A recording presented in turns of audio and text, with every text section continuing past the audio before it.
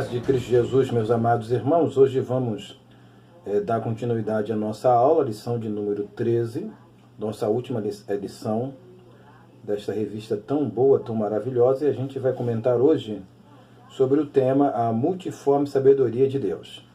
Dentro deste tema, nós temos algumas abordagens a serem feitas. Primeiro, precisamos também observar que este tema, a multiforme sabedoria de Deus, poderia ter sido abordado na primeira lição, mas já aprove o comentarista abordar aqui, poderia ter sido abordado no dom de sabedoria, mas aprove a ele utilizar este comentário neste espaço, na última lição, e é muito importante nós sabermos. Indo para o nosso texto áureo, diz assim: para que agora pela Igreja a multiforme sabedoria de Deus seja conhecida dos principados e potestades nos céus. Efésios capítulo 3, versículo 10. A primeira observação que a gente tem que ter aqui é sabermos se esta sabedoria está falando de uma pessoa ou de algo simplesmente abstrato. Se nós entendermos que sabedoria é uma pessoa, qual pessoa é? Se é abstrato, que tipo de manifestação é viável aqui ser empregada e ser entendida? Mas vamos para a nossa leitura aqui, que já começa com esta pergunta: quem é essa sabedoria de Deus? Porque até mesmo nos dias de hoje a gente precisa ter a devida compreensão de quem é a sabedoria de Deus. Porque se não conhece a sabedoria de Deus, como que a gente vai buscar que essa sabedoria se manifeste em nossas vidas? Então a gente precisa ter um conhecimento dela para que possamos absorver e ser abençoado pela mesma. Então, iniciando aqui a nossa leitura, diz assim: o que vemos pelo texto é uma sabedoria oculta noutros séculos. Aí a gente tem isso no versículo 5, a gente está no versículo 10 de Efésios capítulo 3, que estava oculta dentro da perspectiva física, material. A sabedoria não pode ser o saber e nem tampouco o conhecer algo com profundidade, pois temos no mundo inteiros homens de extremo saber. Ou seja, a gente não pode, essa sabedoria aqui, apontar pelo texto, está falando de um saber, de um conhecer, de um conhecimento, de uma inteligência, porque a gente tem desde o início o manifestar de homens com extremas conhecimento e envergadura, que a gente pode citar um dos homens mais conhecidos, que é o próprio Salomão, que o Senhor falou que daria sabedoria a ele, mas nós temos Daniel, nós temos outras pessoas que podem serem colocadas neste prisma, nesta posição.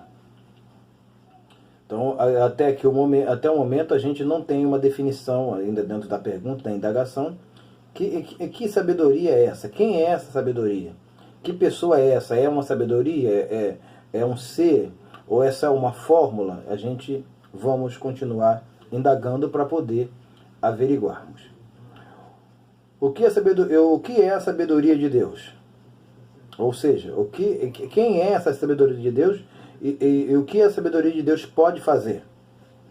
A sabedoria de Deus, ela pode salvar.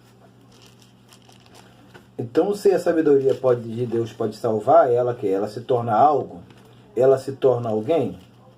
Nós vamos abrir aqui em 1 Coríntios, capítulo 1, versículo de número 21.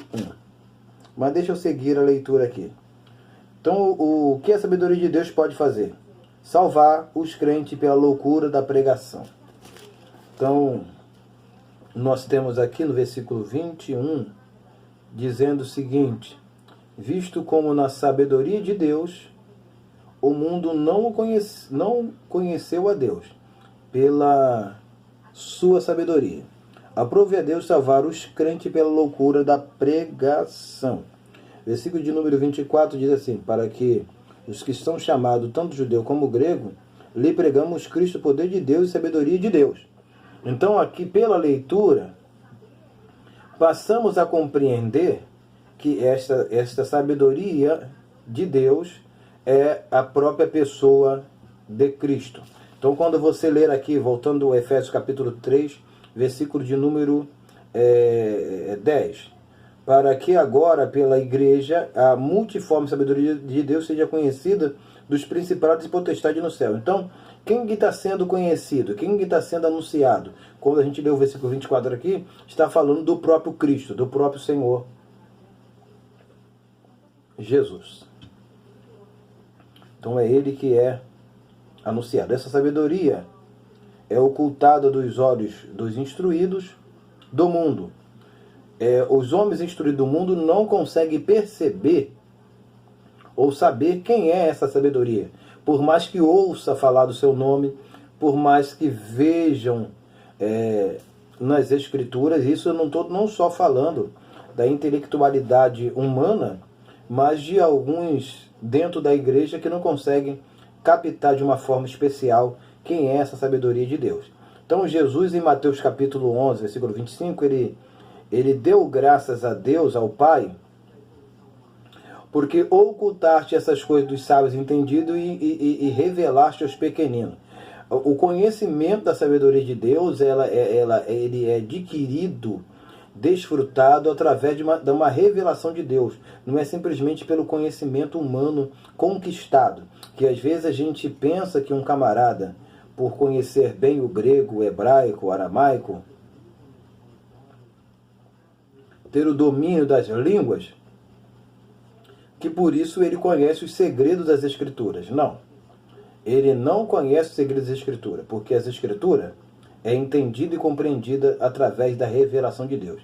Jesus, ele numa certa ocasião perguntou aos apóstolos quem ele era e o que as pessoas diziam, e todos falaram que ele era profeta e numa certa ocasião Pedro entrou e falou: tu és o Cristo, Filho de Deus. E Jesus falou que aquilo que Pedro estava falando era revelação. Nós hoje dependemos da revelação de Deus para entendermos quem é Jesus e como ele age e como ele está se comportando conosco neste mundo tão cruento. Então a gente precisa ter o seguinte em nossa mente. Primeiro, que o entendimento, o saber, o compreender e o desfrutar vem pela revelação de Deus. Segundo, Mateus capítulo 13, versículo 13, os apóstolos perguntaram a Jesus sobre aquilo que Jesus estava ensinando, aquilo que Jesus estava falando. E o que aconteceu? Jesus falou para eles o seguinte: a vós é dado saber os mistérios de Deus. E Jesus falou isso, e eu volto a repetir, na ocasião que ele estava falando com um público de doutores da lei que não estavam compreendendo as parábolas que Jesus estava expressando.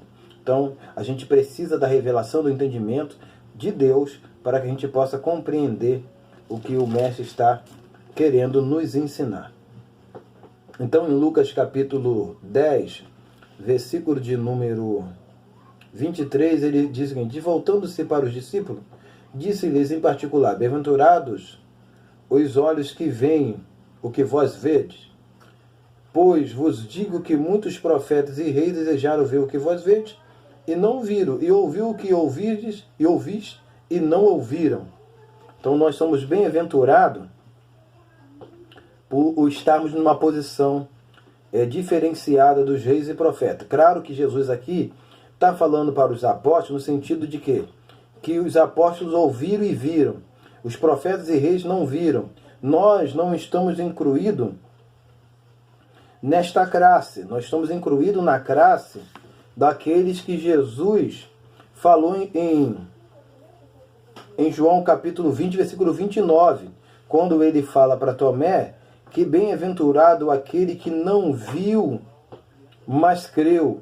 Eu aqui estou abordando sobre o assunto de sabedoria, mas querendo trazer o seguinte paralelo para que você possa entender que nós não temos a sabedoria do mundo, nós não temos o entendimento do mundo, nós não recebemos a capacidade do mundo, nós não recebemos o Espírito do mundo, nós recebemos o Espírito de Deus. E o Espírito de Deus nos capacita de uma forma tão grande e esplendorosa a termos a condição de podermos fazer a obra de Deus com toda a graça, com todo o entendimento e com toda a capacidade. Para que eu e você venhamos ter, eu quero até ler esse texto que eu não anotei aqui, que é Tito capítulo 1, ter toda a sabedoria de Deus, toda a graça de Deus, a gente precisa ter comunhão com Deus. A falta de comunhão com Deus é que vai nos atrapalhar de desfrutar as coisas de Deus. Porque, infelizmente, as pessoas acham que as coisas acontecem naturalmente. É crente, então naturalmente vai acontecer. Não. Você tem que buscar, você tem que ter comunhão, você tem que estar em intimidade com Jesus. Então eu quero só citar isso aqui, só por guisa de informação em paralelo. Confesso que conhecem a Deus, mas negam com as suas obras, sendo abomináveis e desobedientes, reprovados para toda boa obra. Tito capítulo 1, versículo 16. Então quem não conhece a Deus não tem como desfrutar daquilo que Deus quer lhe conceder. Porque aquilo que Deus quer conceder, ele só vai alcançar mediante a comunhão com Deus. Se ele não tiver comunhão com Deus, ele não vai desfrutar daquilo que Deus tem para a vida dele. Então a gente precisa ter isso em mente. Comunhão com Jesus. Jesus falou em Mateus capítulo de número 7, se não me falha a memória, versículo de número 23. Né? Depois você pode averiguar e eu posso colocar aqui para você depois. Que apartai-vos de mim, maldito, porque eu não vos conheço, nunca vos conheci. Então, a pessoa está na igreja ou está realizando qualquer coisa em nome de Jesus, isso não quer dizer que ele tem o conhecimento de Deus. E o que faz você e eu recebermos de Deus é a nossa comunhão, é o nosso aproximar de Deus. Então diz assim, deixa eu ler aqui para que eu não venha errar. Então lhes direi abertamente, nunca vos conheci. Então o conhecimento de Deus, a gente conhecer a Deus e Deus nos conhecer, vai ser a porta que vai abrir e nunca mais fechar. A sabedoria de Deus em Provérbios capítulo 8, versículo 22 a 36. Claro que a gente não vai parafrasear com todo o texto. Como ela é retratada. Então a gente tem a partir do versículo 22 citando o seguinte, que a sabedoria era possuída pelo Senhor desde o princípio, antes dos caminhos mais antigos, versículo 22, consagrada na eternidade antes mesmo da existência de abismo. Então a gente precisa entender o seguinte, aqui a sabedoria que aparece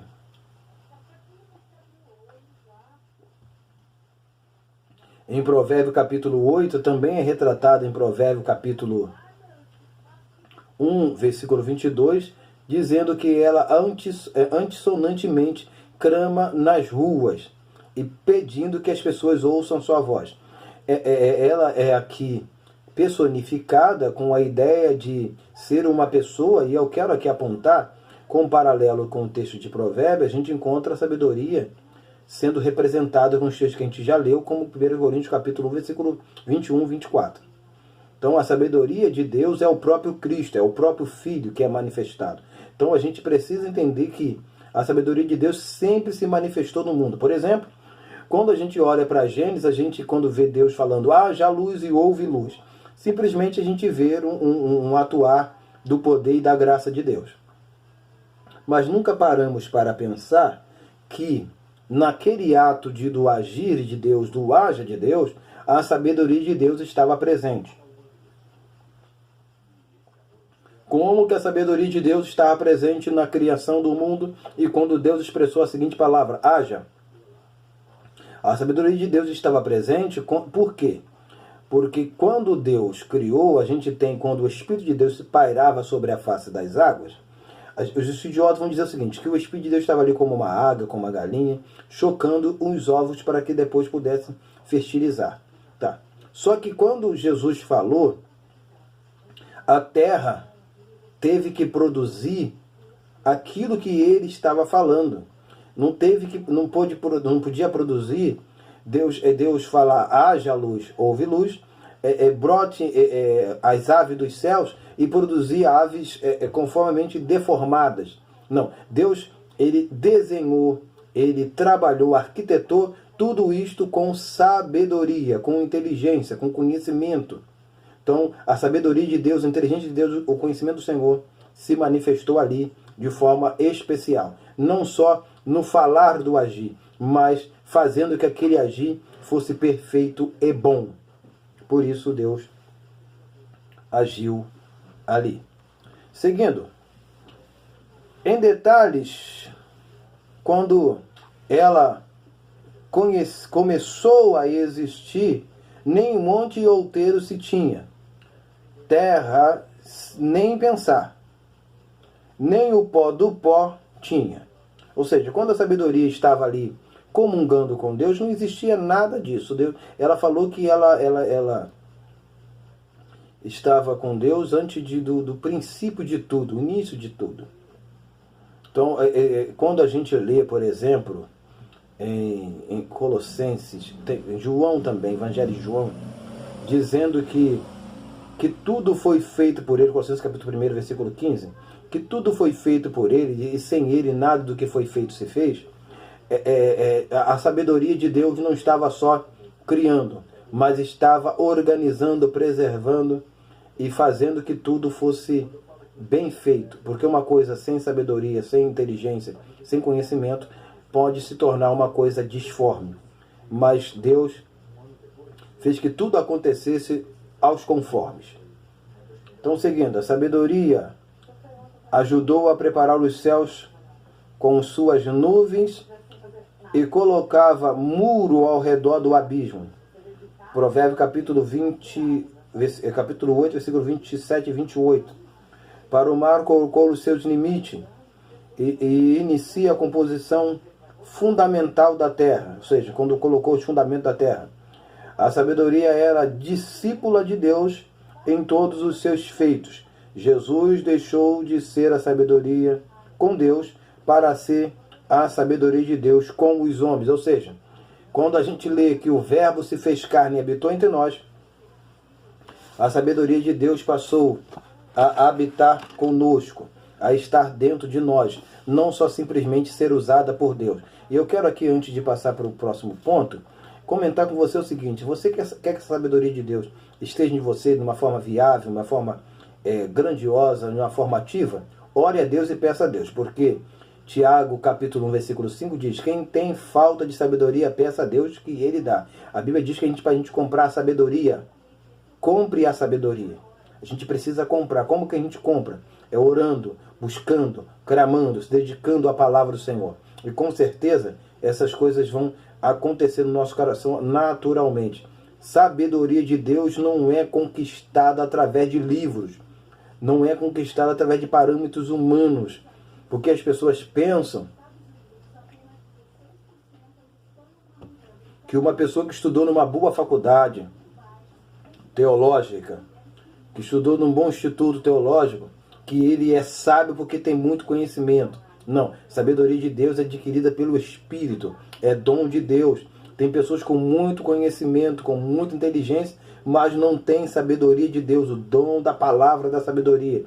Então peça a Deus que Deus não vai lançar em rosto de você ou de ninguém. Eu poderia até pautar aqui e parar no pautar da lição sobre o tema, porque essa é a minha base, sobre a sabedoria de Deus. Mas como a lição ela foca e mescla sobre a ideia do amor de Deus também no contexto, eu vou dar uma parafraseada aqui rápido, lendo alguns pontos, mas bem rápido, para que a gente possa ter uma boa conclusão. Jesus é a expressão do amor de Deus.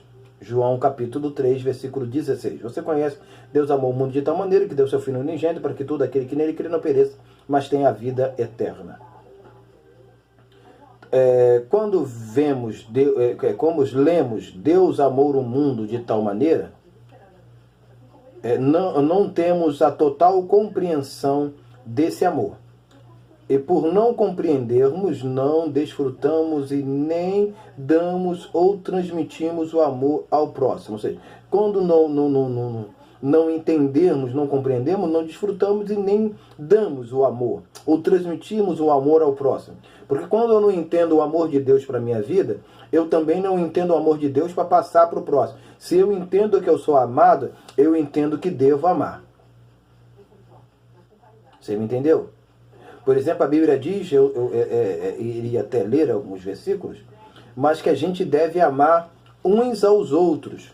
Jesus falou, amai uns aos outros conforme eu vos amei.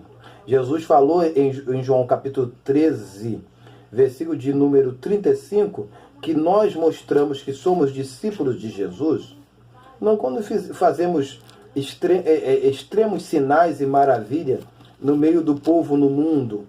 Não. Mostramos que somos discípulos de Jesus quando amamos uns aos outros. As pessoas às vezes estão confundindo algumas coisas que não devem confundir. Nós devemos amar ao invés de querermos mostrar poder, que não eu não estou invalidando, mostrar poder e ao invés de amar. As pessoas às vezes têm poder, têm graça, têm autoridade, têm sinais, pregam, ensinam, são maravilhosos naquilo que fazem, mas não amam. E antes de seguir, para que eu não esqueça, o que a gente precisa observar aqui também? Precisamos observar que quando, por exemplo, no capítulo 12 de 1 Coríntios, ali no final, o último versículo, que ele fala, vos mostrarei um caminho ainda mais excelente. O texto não está dizendo que o amor é maior ou melhor do que os dons, como alguns pensam e parece que é. O amor não é melhor e maior que os dons. O amor é o cumprimento. O amor é o acabamento. É o aperfeiçoamento. Ele é a parte conclusiva dos dons. Então não adianta termos dons se não termos amor. Mas também não adianta termos amor se não termos dons. Então fica incompleto você ter amor e não ter dom. Porque as pessoas estão focalizando no amor, mas esquecem os dons. E o amor no texto foi dado para aperfeiçoar, lapidar os dons, e não para ser um substituto. Eu tenho amor, então não preciso ter dons. A Bíblia não está falando isso não. Seguindo aqui, vamos só ler rápido, vou ler só o primeiro, e os demais a gente vai citar. Amado, 1 João capítulo 4, versículo 7. Amados, amemos uns aos outros, porque o amor é de Deus, e qualquer que ama é nascido de Deus e conhece a Deus. Se a gente for pautar isso nas nossas vidas, você vai observar que parece que a gente não conhece a Deus, né? Porque as pessoas não amam, as pessoas odeiam, as pessoas maltratam, as pessoas não perdoam. E se não há perdão, não há amor. Se há ressentimento negativo, não há amor.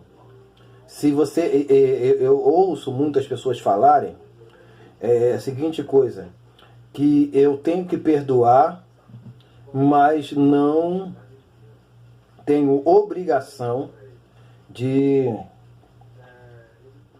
conviver com as pessoas. Deixa eu citar algo aqui, e eu vou pular um pedacinho aqui, eu ia ler outras coisas, mas vou pular para que eu possa ganhar tempo.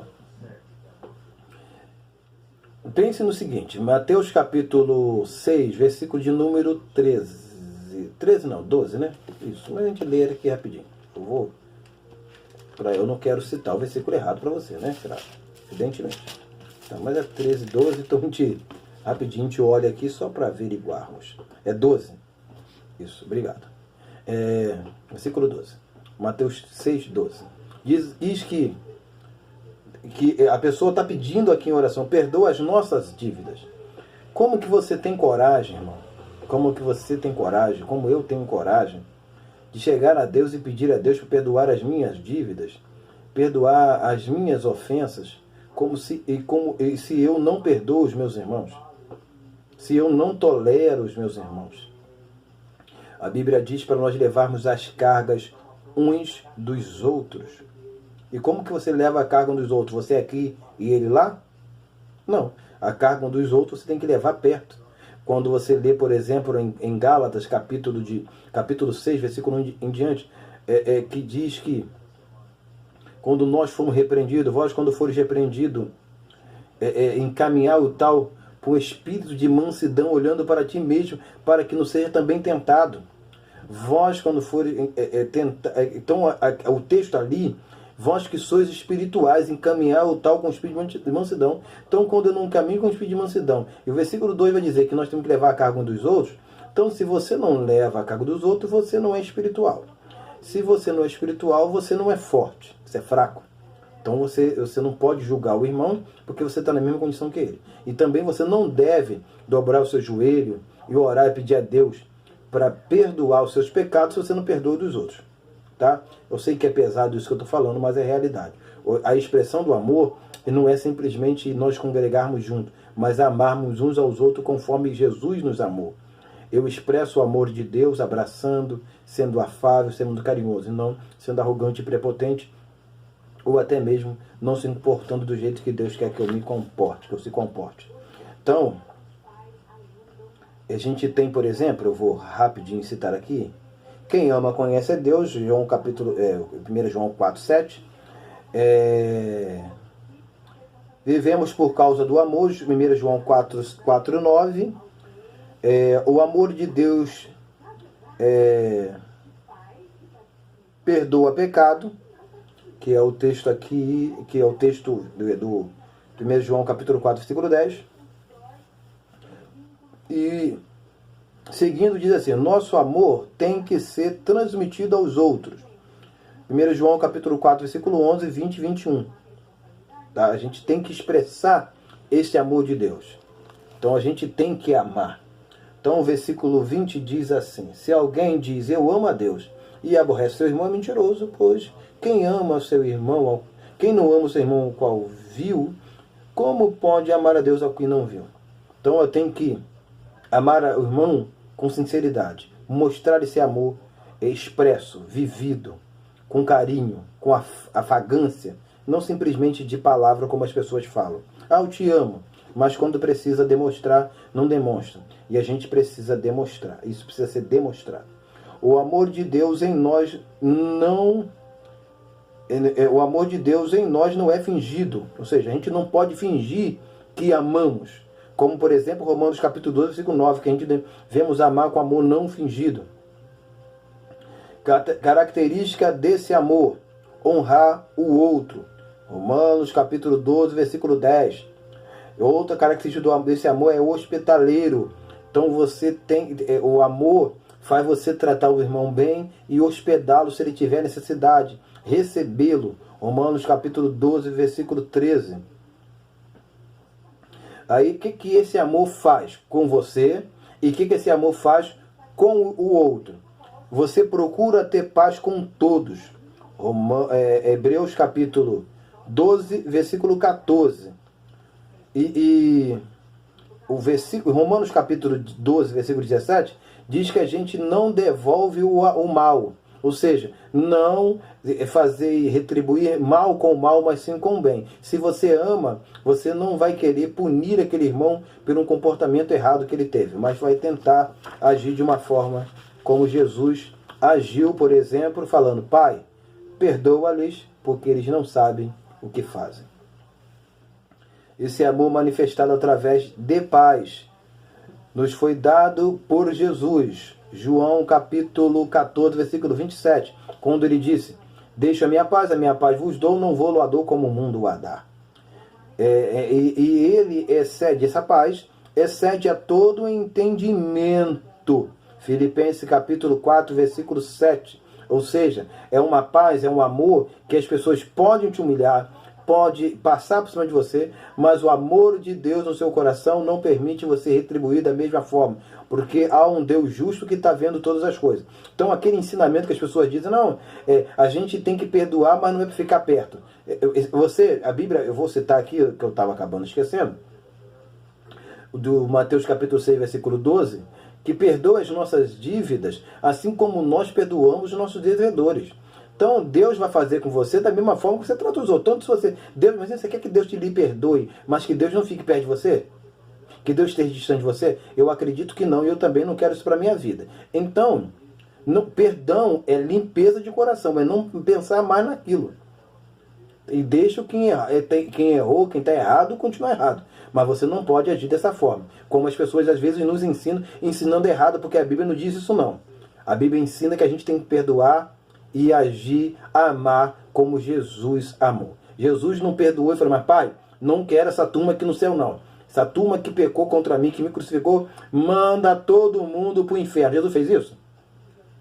Provavelmente, a turma que a gente encontra em Atos capítulo 2, que vão ser batizados nas águas, depois você lê a partir do versículo 37, que vão ser batizados nas águas, Atos 2, e receber o Espírito Santo, são as pessoas que crucificaram Jesus. Jesus perdoou e falou, não vou salvar, ainda vou dar meu Espírito para ela. Aí você quer dizer que é crente, quer mostrar que é discípulo de Jesus agindo desse jeito? Se liberta, se converte, porque isso não é coisa de crente não. É difícil, é duro? É, mas é realidade para nós.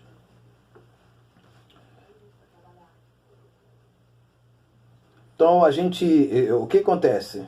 Só com a paz perfeita podemos, fruído pelo Espírito, pelos corações, que vamos ter paz com todos os homens. Romanos capítulo 12, versículo 18. A gente primeiro precisa ter paz consigo mesmo, conosco, para depois termos com os homens. Que tipo de amor o crente deve ter? O amor de Deus. Ou seja, o amor de Deus, o amor de Jesus. Nele o amor de discípulo, como a gente já citou aqui em João capítulo 13, versículo 35. Aí eu coloquei aqui que Jesus falou, amai-vos uns aos outros. Se é difícil a gente amar uns, imaginem amar os outros. É difícil a gente amar uns, eu estou colocando aqui a igreja. Imagine a gente amar os outros, que são as pessoas de fora do mundo. Mas às vezes os crentes às vezes fazem o inverso. Eles amam as pessoas do mundo, têm comunhão, intimidade com as pessoas do mundo, mas quando se trata da igreja, não tem comunhão com os irmãos. Acaba o culto, não aperta a mão, não dá paz, Senhor. Eu convivi e sou crente desta época, de a gente acabar o culto, apertar a mão do pastor, apertar a mão dos obreiros, apertar a mão dos irmãos, a paz do Senhor, os irmãos, a paz do Senhor, Deus abençoe. Não, hoje o pessoal acaba o culto e perna para que te quer, vai embora. Parece que está ali para simplesmente cumprir uma obrigação.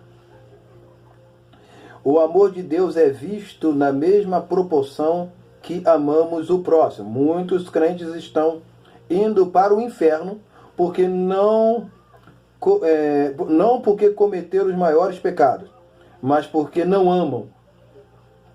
Porque não amam. Não porque cometeram os maiores pecados, é porque não amam. Você quer ter vida eterna? Ame o teu próximo. Eu sou o próximo e você é meu próximo.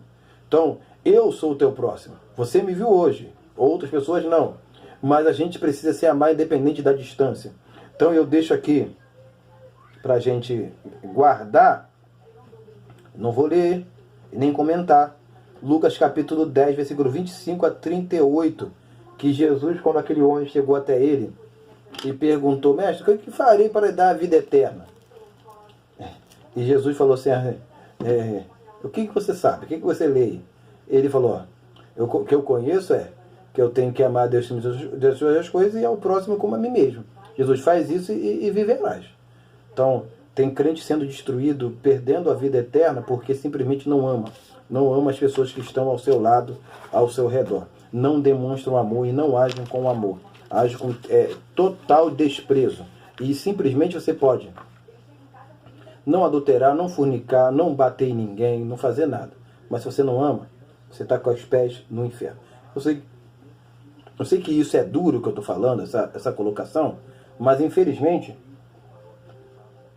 é a realidade de hoje. Então amemos uns aos outros. Você faz parte do corpo de Cristo e precisamos demonstrar amor. Que Deus nos abençoe. Estamos terminando esta nossa lição. Eu peço a você que continue assistindo esse canal, esse vídeo, e se inscrevendo, compartilhando, curtindo e comentando, porque para nós é muito importante. Que Deus te abençoe. Eu quero fazer essa oração para que Deus possa abençoar a sua aula, você tenha um domingo abençoado na escola dominical. Amém.